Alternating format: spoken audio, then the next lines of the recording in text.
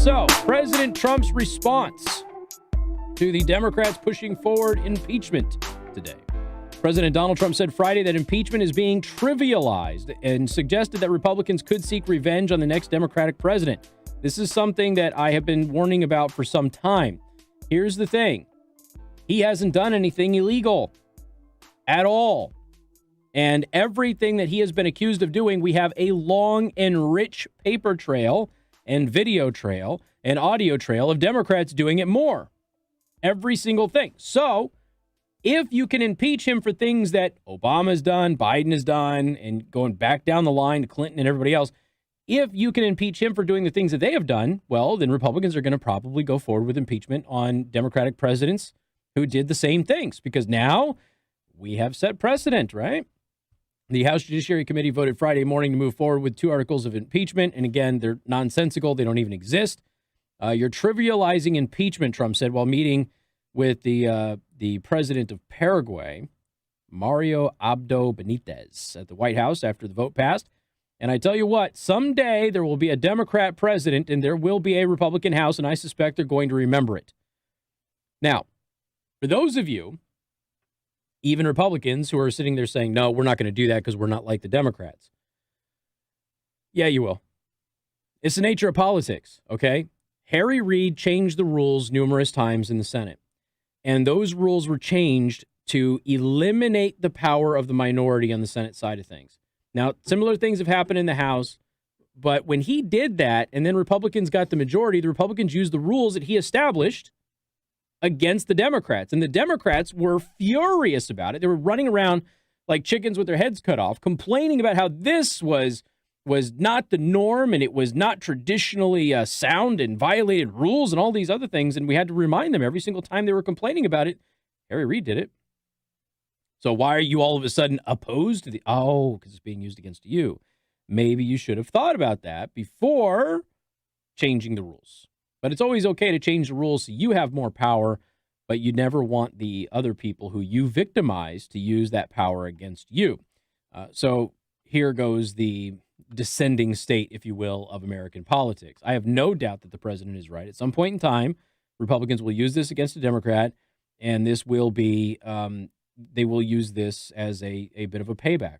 I have no doubt about it. And now it's an election strategy. That's the thing. It's not about just removing somebody bad from office. It's an election strategy to win an election and to raise money. That's the problem. It's not about removing a criminal from the White House. So, and for those of you out there running around and going, well, no, this is payback for Clinton, I'm sorry that you are so historically ignorant that you have no idea what Hillary Clinton or Bill Clinton, Freudian slip, that Hillary Clinton, I did it again. Bill Clinton was impeached for. Holy smokes. I mean, let's be honest, she was kind of impeached too. But I mean, you even had Chris Wallace the other day, and I think Trump said he was going to address it on his show today. I didn't hear it. I have to go back and see in the archive what he had to say about it, because even he said, I have to address what Chris Wallace said. Holy smokes. Chris Wallace has been going out there, and he's been talking about how Trump is the most dangerous person for the press ever, and this is the biggest assault on a free press ever. He's done nothing to inhibit the free press at all. None. Zero. He actually grew the amount of press that was allowed in the White House press pool.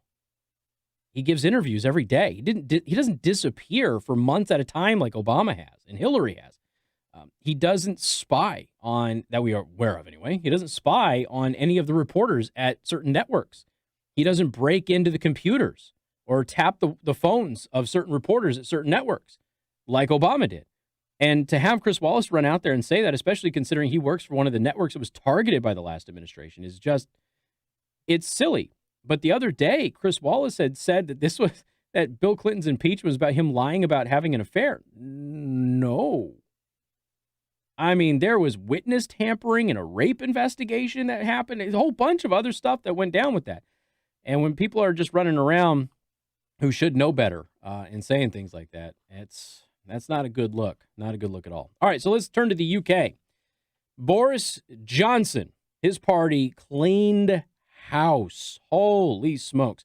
Hey, guess what the Labour Party, which is the socialists in the UK, guess who they're blaming for their loss?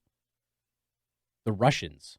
It was the Russians' fault that the socialists lost to the free capitalists.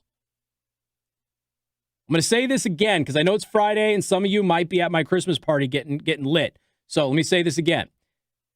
The socialists are blaming the Russians for costing them the election in favor of the capitalists.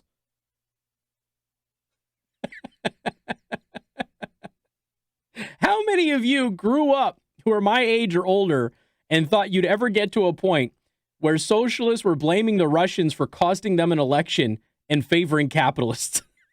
How many of you thought we were going to have that conversation? Sure enough. And there's a big problem. First of all, the people of the UK, they voted for Brexit, and Brexit has not been done. And it hasn't been done because the Labour Party's been screwing with everybody. And so now there's people in the UK who want it fixed. Now, Boris Johnson is promising to address this by January 31st. We'll see. He says it's a mandate, and they're going to address the mandate January 31st. I remain skeptical, but I'm hopeful. Boris Johnson also had the luck of going up against Jeremy Corbyn, and Jeremy Corbyn is an anti-Semite. I'm not saying that facetiously, and I'm not using an ad hominem attack. Jeremy Corbyn is well known as an anti-Semite in the UK. And everybody is, you have the New York Times, you had the Washington Post, you had several American papers who were left-leaning papers going, yeah, this is a real problem. So even they were looking at it and going, well, it looks like the Conservative Party over there might be the better choice because Jeremy Corbyn hates Jews. So here's how things are made up, all right? So there is 650 seats total. You need 326 to have a majority. The Conservative Party now has 365. The Labour Party has 203. The Scottish National Party has 48. Liberal Democrats have 11. Democrat United Party has 8. Sinn Féin, whatever the heck that is 7, whatever. And you just keep going down. The UK Independence Party has 0 seats now. So there's that. It's an overwhelming victory for them. Huge win. And they now have the power to pretty much do whatever they want. And that's what the British people basically said. All right, well, we wanted Brexit. They won't do it. So we're just going to put Boris Johnson's party in power, and we're going to let them go ahead and be able to run roughshod over everybody they want to. And that's what they did. So we'll see what happens. But they're saying that the mandate is there, and they will address it on January 31st. Again, I remain skeptical, but we will see what happens. The president's already said the election in the UK, and if the UK does fulfill Brexit, will then allow the United States to enter its own trade negotiations and trade deal with the UK independent of the European Union, which could be very good for us. We got more coming up. News Talk 95.3, Michiana's news channel.